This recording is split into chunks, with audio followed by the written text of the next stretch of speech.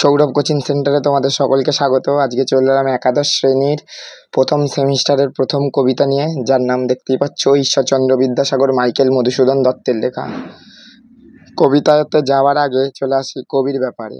Michael Madhusudan Dutta 1824 সালে জন্ম, 1873 সালে মৃত্যু। জন্ম বাংলাদেশের যশোর জেলার সাগরদিঘিতে।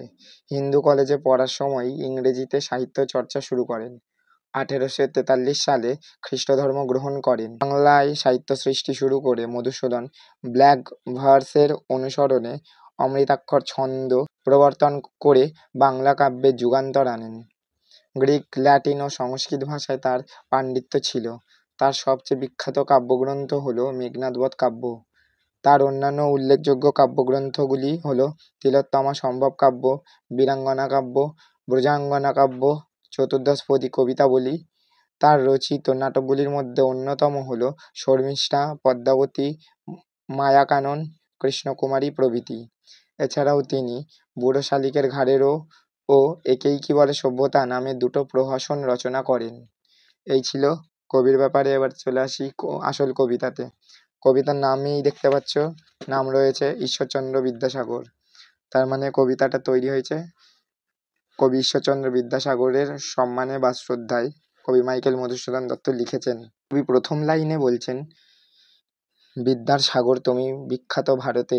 এই কথার অর্থ হলো বিদ্যাসাগর হলো পুরো গোটা ভারতে তথা পুরো বিশ্বে বিখ্যাত। করুণার সিন্ধু তুমি, যেই জানে মনে, দিন যে দিনের বন্ধু। এর কথার অর্থ হলো কবি বিদ্যাসাগরের মধ্যে করুণার সিন্ধু নদী বইছে।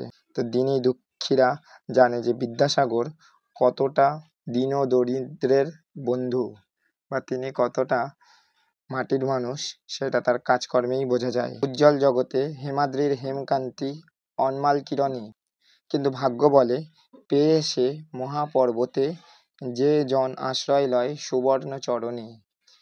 সেই জানে কত গুণ ধরে কত মতে গিরিশ, কি সেবা তার সে সুখ সদনে। এর কথার অর্থ হলো, প্রথম লাইনেই বলছে উজ্জ্বল জগৎ, অর্থাৎ কবি বিদ্যাসাগর হচ্ছেন একজন উজ্জ্বল নক্ষত্র বা উজ্জ্বল জগৎ, যে ভবিষ্যৎ প্রজন্মকে উজ্জ্বল করে তুলেছে। তারপরের লাইনে বলছে হেমাদ্রির হেমকান্তি। হেমাদ্রি কথার অর্থ হচ্ছে বরফের বা সোনার পর্বত, আর হেমকান্তি কথার অর্থ হলো সোনার আলো। তার মানে সোনার ছেলে, বা বিদ্যাসাগরকে সোনার ছেলে বলে উল্লেখ করা হচ্ছে। সেই সোনার ছেলে এই পুরো গোটা জগতে সোনার আলো ছড়িয়ে দিতে এসছে। তার সোনার এই আভা গোটা জগৎকে যেন উন্মাদিত করে ফেলছে।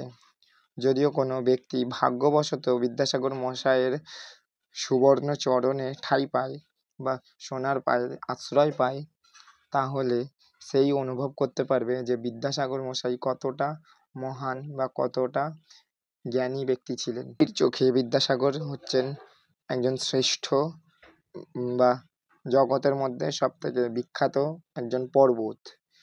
এতটাই কবি বিদ্যাসাগরকে জ্ঞানী হিসেবে তুলে ধরছেন, বা বিদ্যাসাগর একজন জ্ঞানী হিসেবে ছিলেন, তাই কবি এই উল্লেখ বা এই সম্বোধনটা করছেন।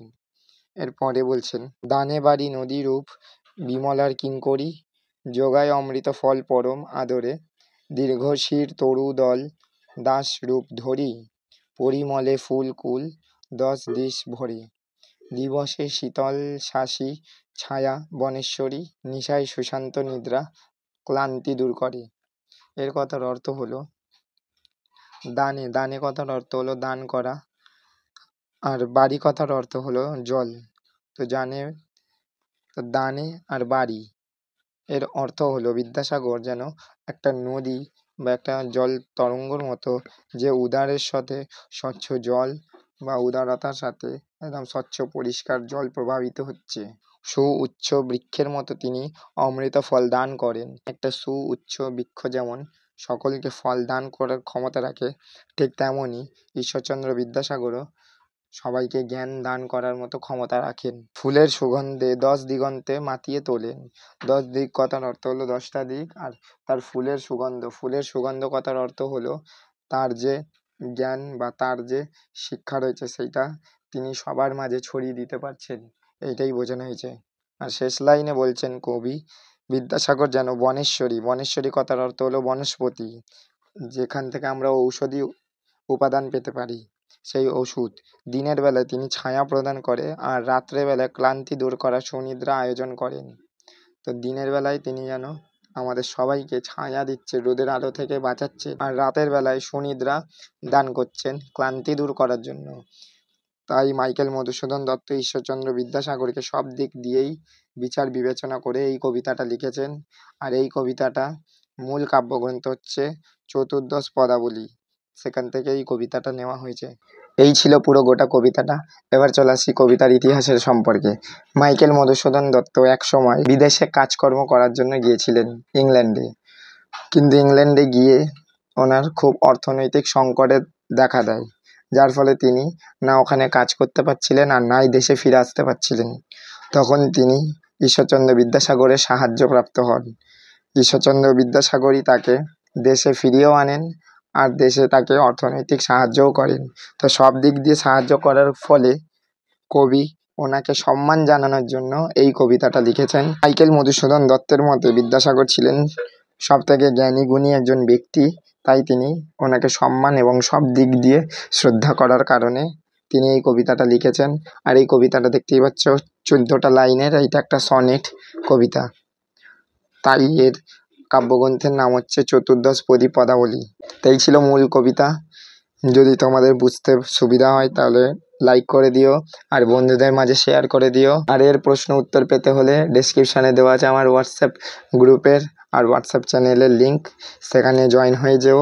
এছাড়াও পরবর্তী ভিডিওগুলোর আপডেট পেতে হলে সাবস্ক্রাইব বাটনটা ক্লিক করে পাশের বেল আইকনটাও বাজিয়ে দিও, যাতে প্রত্যেকটা ভিডিও নোটিফিকেশান সবার আগে তোমাদের কাছে চলে যায়। আবার দেখা হবে অন্য কোনো ভিডিওতে। সবাইকে টাটা।